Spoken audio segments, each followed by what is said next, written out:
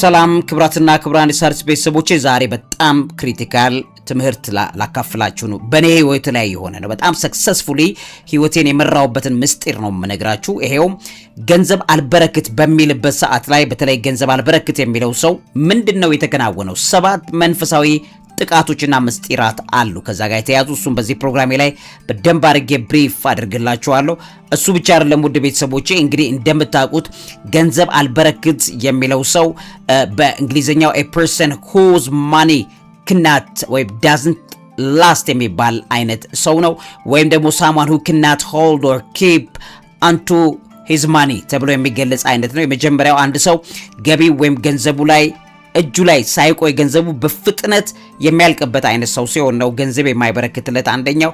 ሁለተኛው ደግሞ ገንዘብ ሁሉ ጊዜ እጁ ላይ እንደማይቆይ ወይም እንደማይረጋ የሚመላከትበት እንደሆነ እናያለን። ገንዘብ ያገኛል ግን እጁ ላይ አይረጋም፣ ልም ብሎ ይጠፋል። ለምን እንደሆነ አያቅም። ይሄን አንዳንዱ ሰዎች በእንግሊዝኛውም ደግሞ money burns a hole in his or her pocket በሚል ይገልጹታል። ገንዘብ እጁ ላይ ልክ እንደገባ በፍጥነት ለማውጣት የሚቸኩልም አይነት ሰው አለ እንደምታውቁት ማለት ነው። ምንድነው ያጥወለወለ? ምንድነው ያንቀዠቀዠው? ገንዘቡን ቶሎ አውጣ የሚለውስ ምንድነው? ምን አይነት ጥቃት ነው? ይሄም አንደኛው ነው ማለት ነው። ሌላኛው ገቢው ከወጪው የማይመጣጠንለት ወይም ሁሉ ጊዜ ገንዘብ እጥረት ያለበት ሰው ማለት ይሰራል፣ ይለፋል፣ ቀኑን ሙሉ ነው የሚለፋው፣ እድሜ ልኩን ነው የሚለፋው፣ ጠብ ያለ ነገር የለም፣ ሁሉ ጊዜ እዳ ከፈላ ላይ ነው ያለው። ምንም በቃ ይሽከረከራል ህይወቱ ዑደቱ እንጂ ገንዘብ በህይወቱ ላይ እንዳይቆይ ይሆናል ማለት ነው። ምንድነው ይሄ ጉዳይ? በጣም ክሪቲካሊ በቅዱስ መጽሐፍ የተቀመጠውን እንደገናም ሰዎች መንፈሳዊ ምስጢሩን ሊረዱ በሚገቡት ደረጃ ላይ በደንብ አድርጌ በዚህ ፕሮግራሜ ላይ ላሳያችሁ። እንግዲህ ውድ ቤተሰቦቼ ገንዘብ አልበረክት የሚለው ልክ እንደ አመድ እየበረረ የሚጠፋ ወይም ደግሞ የያዘ ሁሉ የሚበተንበት ሰው ችግሩ የቁጠባ ወይም ደግሞ የሥራ ማጣት ብቻ ሳይሆን መንፈሳዊ ወይም አጋንንታዊ ጥቃቶች ወይም ስፒሪቹዋል ዋርፌር አለ፣ መንፈሳዊ ጦርነት አለበት ሰውየው። ስለዚህ ያ ሊሆን ስለሚችል በዛ ዙሪያ ላይ መንቃት ያስፈልጋል። እና ጠላት ሰዎችን እንግዲህ እንደምታውቁት በድህነት በጭንቀት ለማስገዛት የገንዘብ በረከታቸውን በክፉ ሁኔታ እንዳይበረክትላቸው ለማድረግ የሚያደርግ ራሱን የቻለ አካል አለ። የመጀመሪያው መንፈሳዊ ጥቃት የበላተኛ ወይም የአጥፊ መንፈስ ጥቃት ይባላል። the spirit of the devourer የሚባል ማለት ነው። ይሄ ጥቃቱና ምክንያቱ ይሄ መንፈሳዊ ጥቃት ሰውየው ያገኘውን ገንዘብ ለቁም ነገር እንዳያውለው የሚከለክል ነው።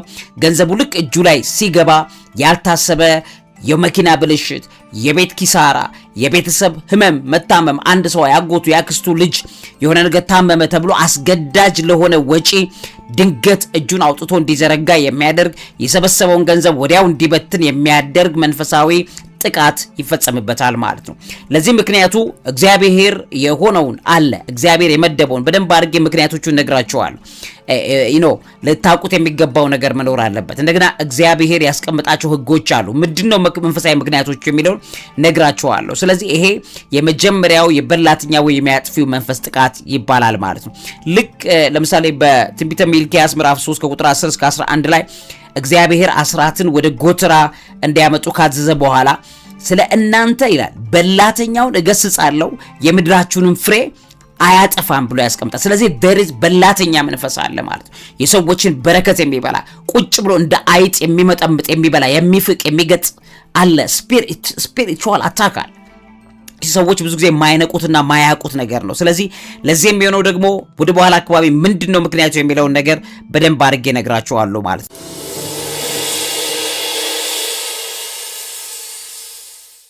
ሁለተኛው የተበሳሳ ከረጢት ወይም የነፋስ መንፈስ ወይም the spirit of pocket with holes የሚባል ነው። ይሄ እንግዲህ ጥቃቱ ምክንያቱም ሲቀመጥ ሰውየው በጣም ብዙ ይሰራል፣ ጥሩ ገንዘብ ያገኛል። ነገር ግን ያገኘው ገንዘብ የት እንደገባ ሳይታወቅ እንደ ጤዛ በኖ ይጠፋል። በጣም የሚያሳዝን ደረጃ ማለት ነው። እንደ ጤዛ በኖ ይጠፋበታል። ይሄ ሰውዬ እንግዲህ ጠንቋዮች ወይም ክፉ ሰዎች በመተት የሰውየውን የበረከት ኪስ ቀዳዳ ይሄ ሰላቢ መንፈስ የሚባለው በዛ ጥቃት እንዲፈጸም ይደረግበታል ማለት ነው። ለዚህ መንፈሳዊ ምክንያቱ ደግሞ እግዚአብሔርን የፈጣሪ መንፈሳዊ ህይወቱን ችላ ብሎ በራሱ ስጋዊ ምቾት በሚያገኘው ገንዘብ ላይና በሚያገኘው ነገር ላይ ብቻ አይኑ በመታተኩር ሰዓት የዛን ጊዜ በመንፈሳዊ ዓለም ላይ የተፈጠረ ምን አለ? ቀዳዳ አለ ማለት ነው። እንግዲህ እንደምናውቀው አምላካችን እሱ ክርስቶስ በደካማ ጎናችን ላይ የሚቆምልን ነው። በደከምንበት ስፍራ ላይ የሚበረታልን ቀዳዳውን የሚደፍንልን አምላክ አለን። ነገር ግን የሰው ልጅ ሁሉ ጊዜ የክርስቶስን ሞት ለምሳሌ በደከመው ጎኔ ላይ ቆሞ ሕክምና የሚያደርግልኝ ጠንካራ የተባለውን ጠላት የሚያጠፋልኝ እሱ አምላኬ ነው ብለው ሰዎች ያንን ነገር ሜዲቴት ከሚያደርጉት ይልቅ መመካታቸው፣ ትምክህታቸው፣ አጠቃላይ የህይወታቸውን ስርዓት በጠቅላላ በሰዎች ባገኙት ገንዘብ ልክ በሆነ ነገር ላይ አድርገው ያስቀምጣሉ። በነገራችን ላይ ክርስቶስ ከሞተልን ምክንያቶች ዋነኛው ሲኦል እንዳንገባ ነው፣ ዋነኛው ማለት ነው። ነገር ግን በምድርም ጠላት ለተባለው አካል ጥቃት እንዳንቃለጥ እግዚአብሔር ከሰራልንና ከሰጠን ፕሮቴክሽኖች መካከል አንደኛው የክርስቶስ ሞት ነው።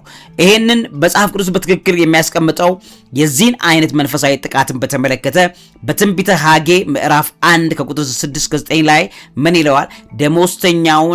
ደሞዝተኛውንም በደሞዙ የተበሳሳ ከረጢት ውስጥ እንደሚያኖረውና ቤቴ ፈርሶ ሳለ ይላል እናንተ ግን እያንዳንዳችሁ ወደ ቤቶቻችሁ ትሮጣላችሁ ብሎ እግዚአብሔር ወቀሳውን ያስቀምጣል እዛ ቦታ ላይ። የእግዚአብሔር ቤት በደከመበት ሰዓት ላይ ወይም እግዚአብሔር ቤት ክፍት ሆኖ ወይም የእግዚአብሔር ቤትን የሚያግዝ ሰው ጠፍቶ ሰው ሁሉ ትኩረት የሚያደርገው ለቤቱ ነው።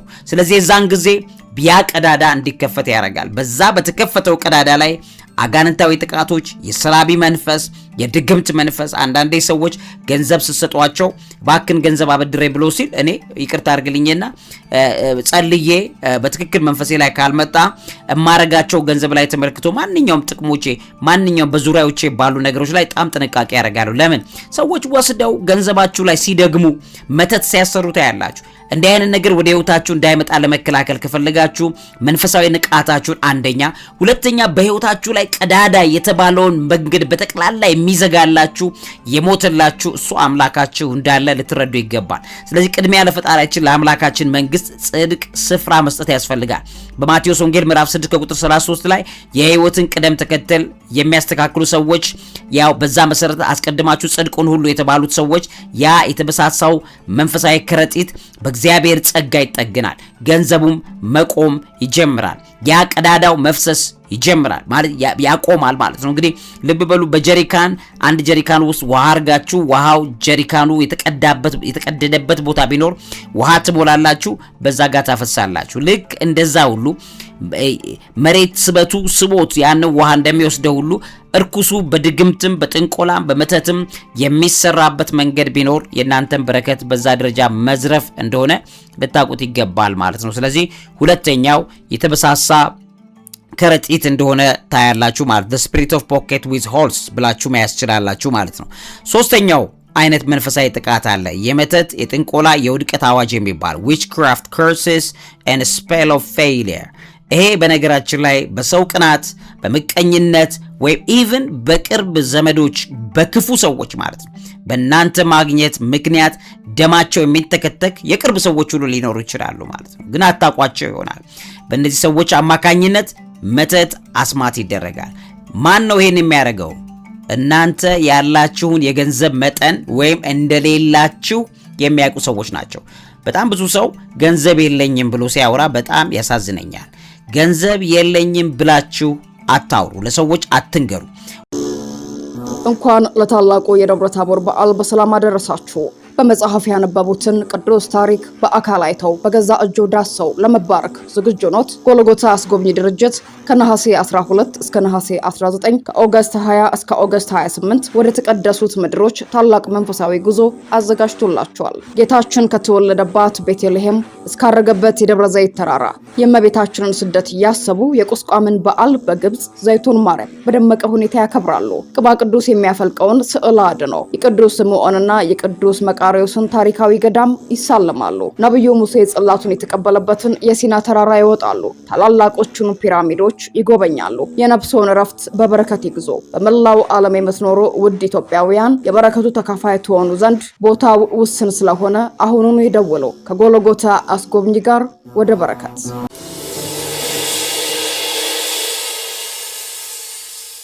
ወይንም ደግሞ ገንዘብ አለኝ ብላችሁ አትንገሩ። እኔ ልንገራችሁ። ምክንያቱም በጣም በጣም አደገኛ ጊዜ ላይ ነው ያለነው። ሰዎች ገንዘብ የለኝም፣ ገንዘብ ቸግሮኛል እያላችሁ በተናገራችሁ መጠን ገንዘብ ሊሰጧችሁ ይችላሉ።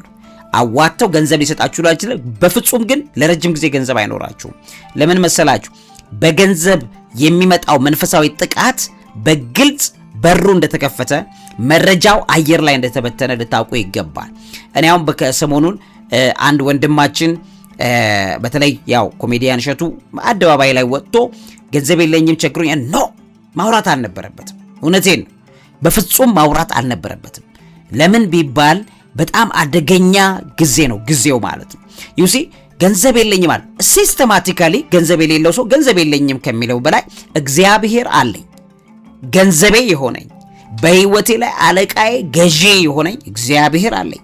ስለዚህ የለኝም ብዬ አደባባይ ላይ ለማንም ቢቸግረኝ አላወራም። የስ ጉድለት ቢኖር ክፍተት ቢኖር የተከፈተውን ክፍተት ድፈኑልኝ፣ እንተጋገዝ ልንባባል እንችላለን። እንተጋገዝ እንረዳዳ ሊባል ይችላል። ግን የለኝም ከስር ያለው ወድቅ ያለው የሚሉ ንግግሮች ዛሬ ገንዘብ አዋቶ ሊሰጥህ ይችላል። ነገር ግን ለመጨረሻ ለአንዴና ለመጨረሻ ጊዜ ነው በዛ የሚቀጣህ ማንኛውም ሰው ማለት ነው። በፍጹም በህይወታችሁ ላይ ማድረግ የለባችሁ። ገንዘብ አለኝም የለኝም ብሎ ማውራት በፍጹም ብልሃት አይደለም። ለምን? መረጃውን አየር ላይ ለቀቃችሁት። ባይ ዘ ዌይ አየር ላይ በተናችሁ። ኢቭን አሁን ስቲል እሸቱ አሁን ገንዘብ መዋጮ አሁን እየተደረገለት ነው። ኦኬ አሁንም የሚዋጣውን ገንዘብ ለህዝብ አስፈላጊ አይደለም። ይኸውላችሁ ፋይናንሻል ሪፖርቶች ለሰዎች በተነገሩ ቁጥር ለሰዎች አይደለም የሚነገረው። አየር ላይ የተቀመጡ አጋንንታዊ መንፈሶች አሉ፣ ጥቃት የሚፈጽሙ አካላት አሉ። ለነዚህ ነው የሚበተነው። ይሲ ያ ደግሞ የቅርብ ዘመድ ሊሆን ይችላል፣ ወዳጅ ሊሆን ይችላል፣ የምታምኑት ሰው ሊሆን ይችላል። ወስዶ ያንን የጥንቆላ አዋጅ ዊችክራፍት ከርስ ስፔል ኦቨር ይሰራባቸዋል። ልትነግሩት የሚገባው የለኝምም አለኝምም ብላችሁ ልታወሩለት የሚገባው ለክርስቶስ ብቻ ነው፣ ለሱ ለራሱ ለእግዚአብሔር ብቻ ነው። ክፍተትስ አይኖርባችሁም? ይኖርባችኋል። ባለኝ ክፍተት ወንድምዬ በዚህ ብትረዳኝ ተብሎ ይነገራል። ነገር ግን የሆነ አለኝን ይኸውላችሁ በጣም በኢትዮጵያ ውስጥ አሁን በጣም አለኝ ብለው ብራግ ያደረጉ በጣም ብዙ ገንዘብ እንደዚህ ሚሊዮነር ነኝ ያሉ በጠቅላላ ኒሊየነር ሆነዋል። ኒል ታውቃላችሁ? ቢሊየነር ሚሊየነር የሚለው ኒሊየነር ሆነዋል አይባልም። ትክክል አይደለም። የምትነግሩት መኖሩንም አለመኖሩንም በትክክል የማወቅ መብት ያለው እግዚአብሔር ብቻ። never to tell to anybody that you don't have money.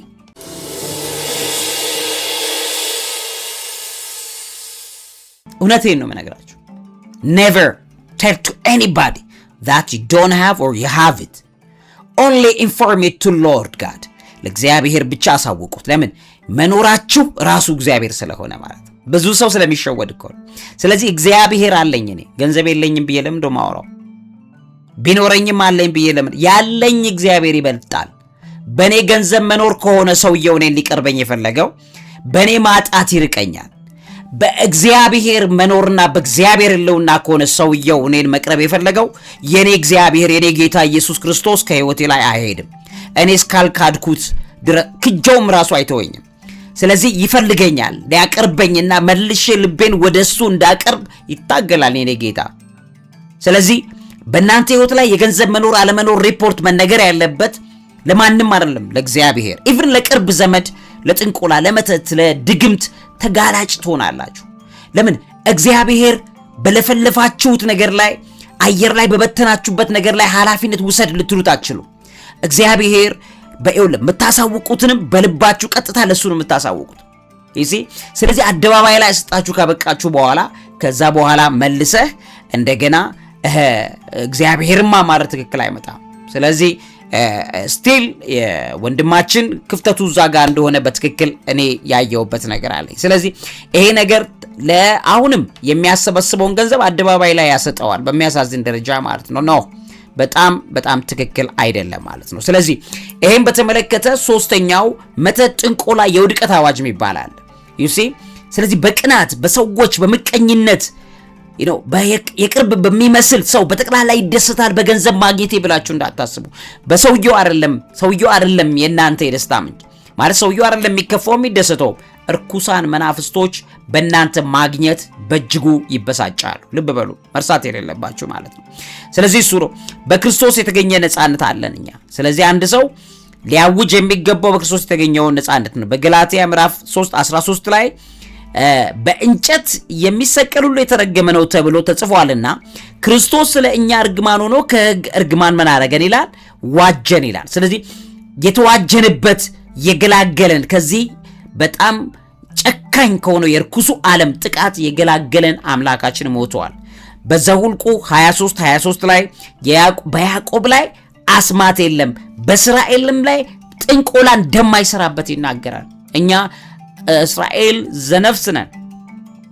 እስራኤልነትን የሰጠን ያ የዘላለም ኢየሩሳሌም ሰማያዊት ኢየሩሳሌምን የሰጠን ክርስቶስ አብሮን ያለው ሞቶልናል። ሞትን ድል አድርጎ ተነስቶልናል። ስለዚህ ክርስቶስ በእኛ ላይ የሚሰራው ማንኛውም ድግምት፣ ማንኛውም ጥንቆላ ሊያፈርስልን የሚችለው በደሙ የተሰራልን ኪዳን አለን እኛ።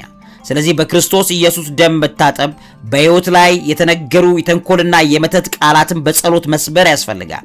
አንድ ክርስቲያን በክርስቶስ ስልጣን እርግማንና ጥንቆላን መስበር ማፍረስ ይችላል። በየቀኑ ስትጸልዩ በገንዘቤ ላይ፣ በቢዝነሴ ላይ፣ በቤተሰቤ ላይ፣ በማንኛውም እኔ ባለኝ ነገር ላይ በየቀኑ የሚደገም የሚለቀቅ ማንኛውም የጨለማ ኃይል በክርስቶስ ኢየሱስ ሞትና ትንሣኤ የፈረሰ ይሁን። ሰው ይሄንን ሊጸልይ ይገባል ማለት ነው። ምክንያቱም ክርስቶስ አፍርሶታል። እኛንን መልሰን ቀዳዳ ከፍተን እንደገና አየር ላይ በተን ነው። ትክክል አይደለም።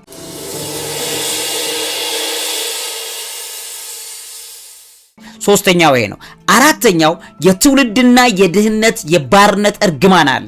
አንድ ሰው ገንዘብ አልበረክት ካለው ገንዘብ ይሰራል ወይም ደግሞ ወጪ ብቻ ድካም ብቻ መበተን በረከት ማጣት የሚሆን ከሆነ እንግዲህ ጄኔሬሽናል ከርስ ኦፍ ፖቨርቲ ይባላል። ወይ እሱ ሊሆን ስለሚችል በዛም ዙሪያ ላይ መጠርጠር በጣም መልካም ነው። በአባቶች ወይም በቅድመ አያቶች ያኔ የተሰሩ የጣዖት አምልኮት የፈሰሰ የንጹሃን ደም ካለ የተደረገ ክፉ ስምምነቶች ዲልስ አሉ። ከእርኩሳኑ መናፍስት ጋር የሚደረጉ ስምምነቶች አሉ። በቀደሙ ቤተሰቦች ውስጥ በእኛ ቤተሰቦቻችን የውርስ ጥቃት ይፈጸማል። ያ ማለት ነው ኮቨናንት ይዝና እኔ ገንዘብ አለኝ እዚህ ቤት ውስጥ ብሎ ይዞ ይመጣል እርኩሱ መንፈስ።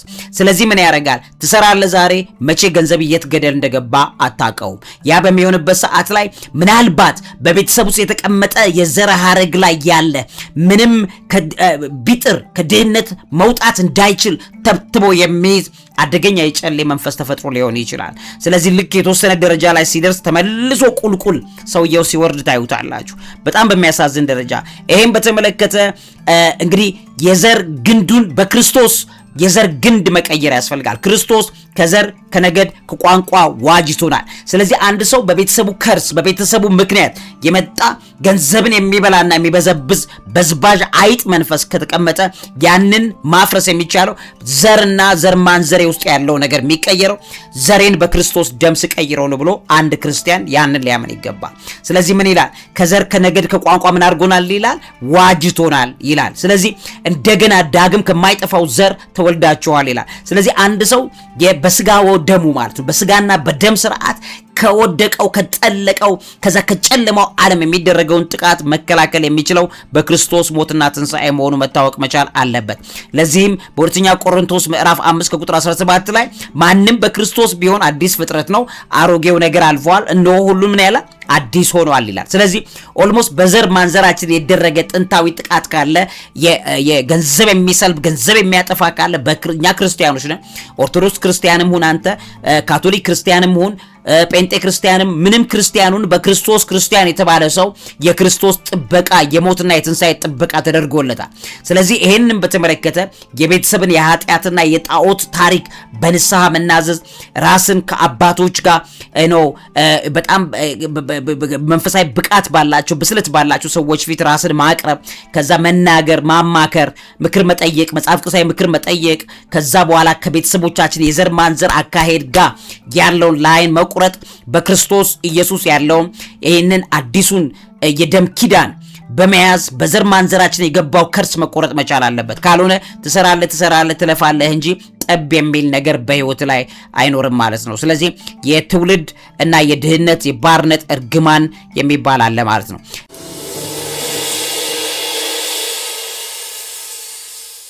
ሌላኛው ምንድነው? የሰነፍ መጋቢ ወይም አጋንንታዊ ውርስ የሚባል አለ። አምስተኛው ትሰሪያለሽ፣ ትለፊያለሽ፣ እድሜ ልክሽን ሙሉ ነው የለፋሽው፣ ግን ገንዘብ ጠባ አይልም። ያ የሚሆን ከሆነ ሰነፍ መጋቢ አጋንንታዊ እውርነት የሚባል ዴሞንስ ኦፍ ፋይናንሻል ብላይንድነስ የሚባል አለ። አጋንንት የአንድን ሰው አእምሮ በስሜት እንዲወጠር ያደርጉታል። በከፍተኛ ቢዚ መሆን ማለት ተወጥሮ እንዲቀመጥ ያደርጉታል። ገንዘቡ ላይ ልክ ገንዘቡ እጁ ላይ ልክ እንደገባ የማስተዋል ብርሃኑን ይጋርዱታል። አላስፈላጊ ለሆኑ የቅንጦት ዕቃዎች ያወጣል፣ ለሱስ ያወጣል፣ ለፉክክር ያወጣል፣ ለጉራ ያወጣል። የሆኑስ አንድ የሰብስቦ ሰዎችን ጋብዞ ገንዘቡ እምሽክ ብሎ ሲያልቅበት ይታያል። ገንዘቡ አልቆ ባዶ እጁን ሲቀር ነው ንቃተ ህሊናው የሚመለሰው። ምን ሆኜ ነው ይሄ ሁሉ ገንዘብ ለፍቼ አጠራቅሜ ይሄ ሁሉ አርጌ እንዴት ሊባክንብኝ ቻለ? ይሄ በጣም ክሪቲካል ነገር ነው። በመጽሐፍ ቅዱስ ላይ እንግዲህ ፕሮዲጃል ስፒሪት የሚባል አለ፣ የአባካኙ ልጅ መንፈስ የሚባል ማለት ነው።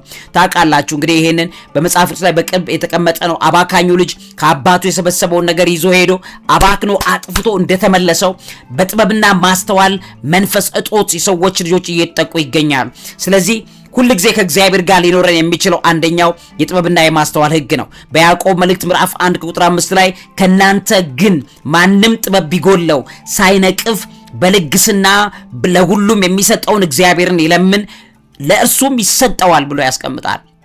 ይሄ እንግዲህ በጥበብና በማስተዋል በምናረግበት ሰዓት ላይ የሚሆን ነው ማለት ነው። በመጽሐፍ ምሳሌ ምዕራፍ 21 ከቁጥር 20 ላይ የክብር መዝገብና ዘይት በጠቢብ ቤት ይኖራል፣ ሰነፍ ግን ያጠፋዋል ይላል። ስለዚህ መንፈሳዊ ስንፍና ነው ማለት ነው። መንፈሳዊ ጥቃት አለ ማለት ነው። ብዙ ሰነፎች ማለትም በመንፈሳዊ ትጋት ውስጥ የሌሉ ሰዎች ያጠራቀሙት ገንዘብ ከእጃቸው ላይ ሲወጣ ታያላችሁ ማለት ነው። ለዚህም የሚሆነው እንግዲህ የአባካኙ ልጅ ፕሮዲጃል ስፒሪት የሚባለው አባካኝነት ይለፋል የወሩን ደሞዝ ሁሉ ምሽቅ አድርጎ የሆነ ቦታ ላይ ዘርቶ ይመጣል። ያን ሲያረጋ አያውቀውም፣ ያን ሲያረጋ አያስተውለውም። መንፈሳዊ ግርዶሽ ያረጋል። ያን የሚፈጽሙ መናፍስቶች በትክክል መንፈሳዊ ዓለም ላይ ተቀምጠው የተቀመጡ ሰነፍ ግን ብሎ ያስቀምጧል። ያጠፋዋል ይላል። ስለዚህ የሚያጠፉ የሚያወድሙ መናፍስቶች አሉ ብዙ። ይሄ በሰዎች ጋር ኪዳንና ኮቨናንት ገብቶ የሚመጡ ማለት ነው። ስለዚህ ይሄ ሰልፍ ኮንትሮል ወይም ራስን የመግዛት መንፈስ ያው መጽሐፍ ቅዱስ እንደሚለው እግዚአብሔር ግን ራስን የመግዛት መንፈስ እንጂ የሌላ መንፈስ እንዳልሰጠን ይነግረናል። ስለዚህ ያንን እንዲሰጠን መጸለይ፣ ገንዘብን በጥበብ መምራት ያስፈልጋል ማለት ነው። ስለዚህ አምስተኛው ይሄ እንግዲህ በጣም ክሪቲካል ዴሞን ኦፍ ፋይናንሻል ብላይንድነስ፣ ገንዘብን ተመልክቶ አይናችን እንዲጨልም። በጣም የሚያሳዝነው ዛሬ ላይ ያገኛሉ፣ ያባክኑታል። ከሆነ ጊዜ በኋላ ገንዘቡን ሲፈልጉት የለም፣ አንዴውኑ ጠፍቷል። በሆነ እንግዲህ አባቶቻችን ሲናገሩ ገንዘብ በ20 ልብ በ40 ዓመት ይመጣል ብለው ይናገራሉ። በጣም ብልህ የሆኑ ሰዎች ይሄ ሬቨሌሽን የገባቸው ይሄ መገለጥ እግዚአብሔር የረዳቸው ሰዎች ገንዘብን በሚገርም ደረጃ በ20 ዓመት ያገኛሉ፣ ልብንም በ20 ዓመት ይሰጣቸዋል ማለት ነው። አባካኙ ልጅ የፕሮዲጃል ስፒሪት ከነሱ ጋር ምንም አይነት ህብረት እንዳይኖረው ህይወታቸውን ከክርስቶስ ጋር ሰፍተውታል። በመባረክ ውስጥ ነው የሚኖሩት። ይጸልያሉ፣ ስለሚሰሩት ስለሚያገኙ ዛሬ ነው ባይዘው ገንዘብ የሚገኘው ዛሬ። ሰዎች ዛሬ ያጠፉታል። ብልሆች ዛሬ ይዛሉ፣ ዛሬ ያጠራቅማሉ።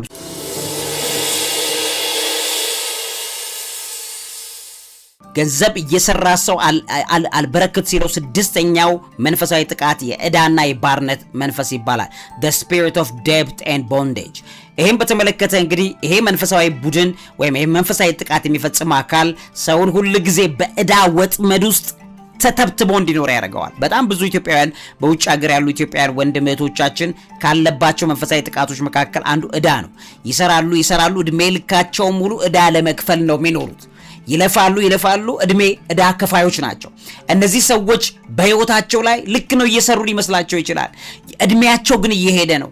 እድሜያቸው ግን እያለፈ ነው። የፈለጉትን መንፈሳዊ ህይወት እንኳን በሀገራቸው መጥተው መኖር ሳይችሉ ይለፋሉ እድሜያቸው ሙሉ አሜሪካ ጨርሰው በዛው ይሄዳሉ። በሚያሳዝን ደረጃ እርካታ እጦት በጣም በከፍተኛ ሁኔታ በእንደዚህ አይነት ሰዎች ህይወት ላይ ከፍተኛውን ቦታ ይይዛል።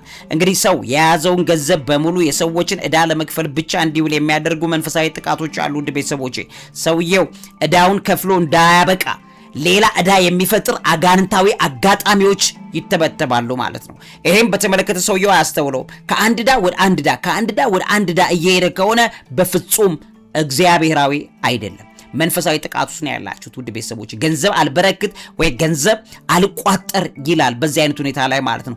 ይሄንን ሰው በሰው ፊት ሞገስ ማጣት የጭንቀት ባሪያ እንዲሆን አድርጎ ተሸማቆ እንዲኖር የሚያደርግ በብድር ህይወትን ተብትቦ የሚያስቀምጥ አደገኛ መንፈሳዊ ጥቃት አለ። ባይዞ በጣም ብዙ ብድር የሚወድ ሰው ትክክል አይደለም። እኔ ልንገራችሁ የስ ብድር አለ፣ ፎርማል ብድሮች አሉ። እንደ ካምፓኒ አንድ ሰው በካምፓኒው ደረጃ ላይ ከባንክ ተበድሮ ካምፓኒው ሰፖርት ሊያደርግ ይችላል፣ መብቱ ነው። ነገር ግን በህይወቱ ከቀበሌ አንስቶ እስከ ዕቁብ እስከ ሱቅ እስከ ምናምን ድረስ ብድር ብድር ብድር ብድር ብድር ነው ህይወቱ። ይሄ ዴብት the spirit of debt and bondage ይባላል። በፍጹም የነጻነት ህይወት የለውም። የሰው ይሰራል፣ የሰው ዕዳ ለመክፈል ነው የሚኖረው። ነገር ግን የኛ ዕዳ ደግሞ በሰማይ ተከፍሎልናል። ዕዳውን የከፈለለት አምላኩን ኢግኖር ያደርጋል የሰው ልጅ። አምላኩ የዕዳው ከፋይ እንደሆነ ራሱ ማስታወስ አይፈልግም። ስለዚህ በመጽሐፈ ምሳሌ ምዕራፍ 22 ከቁጥር 7 ላይ ባለጠጋ ድሆችን ይገዛል ይላል፣ ተበዳሪም ለአበዳሪው ምንድነው ይላል? ባሪያ ነው ይላል። በግልጽ መጽሐፍ ቅዱስ ይሄን ያስቀምጣል። ብዙ ሰዎች ዕዳ ወይም በብድር ህይወት ውስጥ መኖር የባርነት ህይወት አይመስላቸውም። በጣም የሚያሳዝነው ግን እድሜውን በጠቅላላ ሰውየው ለነገ እየሰራ ዛሬ ይኖራል ማለት ነው። በጣም ያሳዝናል። ስለዚህ የሰው ልጅ ሊኖር የሚገባው ስለ ነገ እግዚአብሔር ያውቃል፣ ዛሬን ግን በእግዚአብሔር ጥበብ ይኖራል። ስለዚህ ዛሬ የሚሰራው እግዚአብሔርን አምኖና ተማምኖ ሲሆን እግዚአብሔር መንፈሳዊ መባረኩን ይሰጠዋል ማለት ነው። ስለዚህ ባለጠጋ ድሆችን ይገዛል ይላል፣ ተበዳሪም ለአበዳሪው ምንድነው ይላል? ባሪያ ነው ብሎ መጽሐፍ ቅዱስ ላይ መጽሐፈ ምሳሌ 22:7 ላይ ያስቀምጡታል። ባርነት ነው ማለት ነው። ስለዚህ እግዚአብሔር ደግሞ ልጆቹን ባሪያ እንዲሆኑ አይፈልግም። የባርነት መንፈስ በቀኝ ግዛት ዘመን ሰዎችን ሲቀጠቅጥና ሲገዛ የነበረው ስፒሪት እኮ የባርነት መንፈስ ነው። በዘዳግም 28 ቁጥር 12 ላይ እግዚአብሔር ምንድነው የእግዚአብሔር በረከትን በተመለከተ ለብዙ አሕዛብ ታበድራለህ እንጂ አትበደርም ብሎ ያስቀምጣል። በግልጽ እኮ ነው መጽሐፍ ቅዱስ የሚያስቀምጠው። ለብዙ አሕዛብ ታበድራለህ እንጂ አትበደርም። ይሄ እግዚአብሔር ቃል ነው። ስለዚህ ነው በህይወቴ ላይ ሁሌ ከገቡኝ ነገሮች መካከል አንዱ ተበዳሪነት በህይወቴ ላይ እንዲኖር አልፈልግም። ማለት በብድር ህይወቴ እየተጥመለመለች እንድትኖር አልፈቅድም። በቃ የኔ ጌታ ብድር ሰዎች ነገን ስለሚጨንቁ የሚያደርጉት ነገር ነው። በብድር ህይወት ውስጥ ህይወታቸውን ተብትበው የሚቀመጡ ሰዎች ስለ ነገ ፍርሃት ያለባቸው ናቸው። እኔ ስለ ነገ ፍርሃት የለኝም። ነገ ክርስቶስ ነው። ነገ የኔ ኢየሱስ ክርስቶስ ነው። ስለዚህ በክርስቶስ ህይወት ውስጥ የሚኖር አንድ ሰው ስለ ነገ ተጨንቆ አይኖርም። ስለ ነገም ደግሞ በብድር ህይወት ውስጥ ተጠምጥሞ ዘመኑን ነገውን በጠቅላላ ዛሬ ላይ እየለፋ ለዛ አይኖርም ነው። በዛ ስፒሪት ጥቂት ሊኖር ይችላል። ጥቂት የሆኑ ነገሮች የምትችሉት የሆነ መበደር የምትችሉት ለምሳሌ ቋሚ የሆነ ብድሩን ሊከፍል የሚችል ቋሚ የሆነ ነገር ሲኖር ብድር ሊኖርበት ይችላል። ኢትስ ኦኬ። ነገር ግን ሁሉን ነገር ከብድር ጋር ተያይዞ የመኖር ነገር በፍጹም እግዚአብሔራዊ አይደለም ማለት ነው ውድ ቤተሰቦች። ስለዚህ ይሄ ፍጹም ብድር አያስፈልግም ሳይሆን ግን በብድር ህይወት ተጠምጥሞ መኖር በዘንዶ መንፈስ ተጠምጥሞ መኖር ነው። ስለዚህ ይለፋል፣ ምንም በረከት የለውም ማለት ነው። ከዕዳ ለመውጣት ቁርጥ ውሳኔ ማድረግ ያስፈልጋል።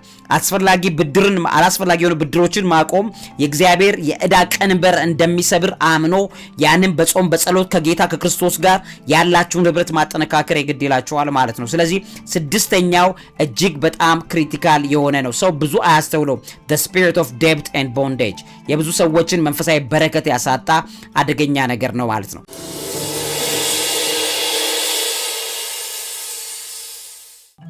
ሰባተኛው የአንበጣና የኩብኩባ የኪሳራ መንፈስ ይባላል። the locust and caterpillar spirit ይባላል። በጣም ክሪቲካል ነው ይሄ መንፈስ። እንግዲህ በአንድ ጊዜ እንግዲህ ሰዎች ይሰራሉ ምንም በረከት የላቸውም። ምክንያቱም ይሄ መንፈሳዊ ጥቃት ደርሶባቸዋል። ይሄ መንፈስ ደግሞ በጣም አደገኛ ነው ውድ ቤተሰቦቼ። በአንድ ጊዜ በጣም ትልቅ ሀብትና ንብረትን የሚያጠፋ የሚያወድም የኪሳራ አውሎ ነፋስ ነው። ይሄን ሰዎች እንደ ቀላል ላዩ ይችላሉ፣ ግን በፍጹም ቀላል አይደለም። ለአመታት የተለፋበትን ድርጅት ለአመታት የተሰራበትን የንግድ ሁኔታ በአንድ ጊዜ በእሳት አደጋ ተቃጥሎ ሊያድር ይችላል። በንግድ ሊከስር ይችላል። በአንድ ጊዜ ተንዶ ድርምስምሱ ሊወጣ ይችላል። በታማኝ ሰዎች ተታሎ ተዘርፎ በመንፈስ በብዙ ንብረቶቹ ላይ ውድመት ደርሶበት በተስፋ መቁረጥ ሰው ሲጠቃ ልታዩ ይችላላችሁ ማለት ነው። ጠላት ሰውን በአንድ ሌሊት በአስደንጋጭ ኪሳራ አጥቅቶ ሊያድር ይችላል። ባይ ዘ ዌይ ልብ በሉ ውድ ቤተሰቦቼ፣ ይሄ የአንበጣው የኩብኩባ መንፈስ ይለዋል በመጽሐፍ ቅዱስ ላይ ማለት ነው። ይሄንን ተስፋ አስቆርጦ እግዚአብሔርን እንዲሳደብ ለማድረግ የሚደረግ አጋንንታዊ ነገር እንደሆነ ታያላችሁ ማለት ነው። ይሄንን በተመለከተ በትንቢተ ኢዩኤል ምዕራፍ 2 ከቁጥር 25 ላይ እግዚአብሔር የተስፋ ቃል አለው። ታላቁ ሰራዊቴ አንበጣውና ኩብኩባው አጥፊውና ተባዩን የበላው ለአመታት እንደሚመለስላቸው ያስቀምጣል። የኩብኩባ መንፈስ እምሽክ አድርጎ አንበጣ አንዴ ማሳው ላይ ከመጣም ሽክ አድርጎ ባዶ አድርጎ እንደሚሄደው ይሄን የሚያደርግ መንፈሳዊ ጥቃት አለ። የአንበጣ መንፈስ አለ። ይሄን ነገር በተመለከተ በአንድ ጊዜ የሚያወድም የጦርነት መንፈስ በኢትዮጵያ አየር ላይ የሚለቀቅ የጦርነት መንፈስ ሰዎች ይሰራሉ አጠራቅሞ በአንድ ጊዜ ወድምባቸዋል። ይሄ መንፈስ በክርስቶስ ሞትና ትንሳኤ የሚደመሰስና የሚመታ ነው። በደረሰው ኪሳራ ተስፋ ለመቁረጥ ያስፈልጋል። እንደ ኢዮብ መጽናት ይፈልጋል። ኢዮብ ብዙ ውድመት ነው የደረሰበት ንብረትና ስራውን ሁሉ ጊዜ ግን በጸሎት በእግዚአብሔር ፊት እግዚአብሔር እንደሚያሻግረው ተስፋ እንደሚሰጠው ኃይል እንደሚያደርግለት ያምናል። ግን የኩብኩባው መንፈስ ከመምጣቱ አስቀድሞ ግን ዛሬ ነው የሚጸለየው። ዛሬ ነው በመንፈሳዊ በረከት ውስጥ መኖር ያለባችሁ። It is just today that you live for tomorrow, not you live tomorrow on today. ብዙ ሰው ነገን ነው የሚኖረው ዛሬ ላይ ተቀምጦ ብድርም ነገን ነው። ይሄም ደግሞ ውድመት ለነገ የሰራውን ነው ለፍቶ በአንድ ጊዜ ነገ እንዳይኖር አድርጎ የሚያወድመው።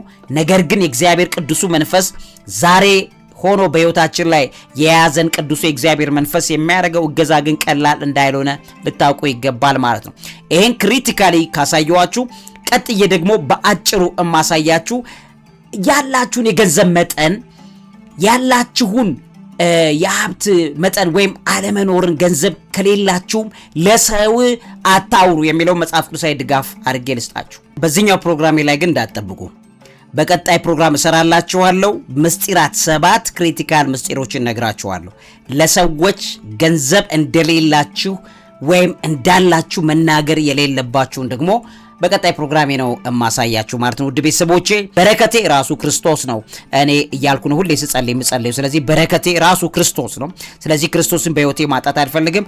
በረከቴ በጠቅላላ ይጠበቅልኛል። ስለዚህ በዚህ መንፈሳዊ ህግ ውስጥ እንድትኖሩ እኔ ወንድማችሁ በህይወቴ ያገኘሁትን በጣም ትልቅ ነገር ልጠቁማችሁ ወድጄ መረጃ አካፈልኳችሁ። ለዚህ አእምሮ ምግብ አዘጋጅና አቅራቢ መምህርና ጋዜጠኛ ዐቢይ ይልማ። እውቀት ታላቁ እግዚአብሔርን ታከብራለች። በረከት ሁሉ የእግዚአብሔር ጸጋ ሁሉ ከእናንተ ጋር ይሁን። እንኳን ለታላቁ የደብረ ታቦር በዓል በሰላም አደረሳችሁ።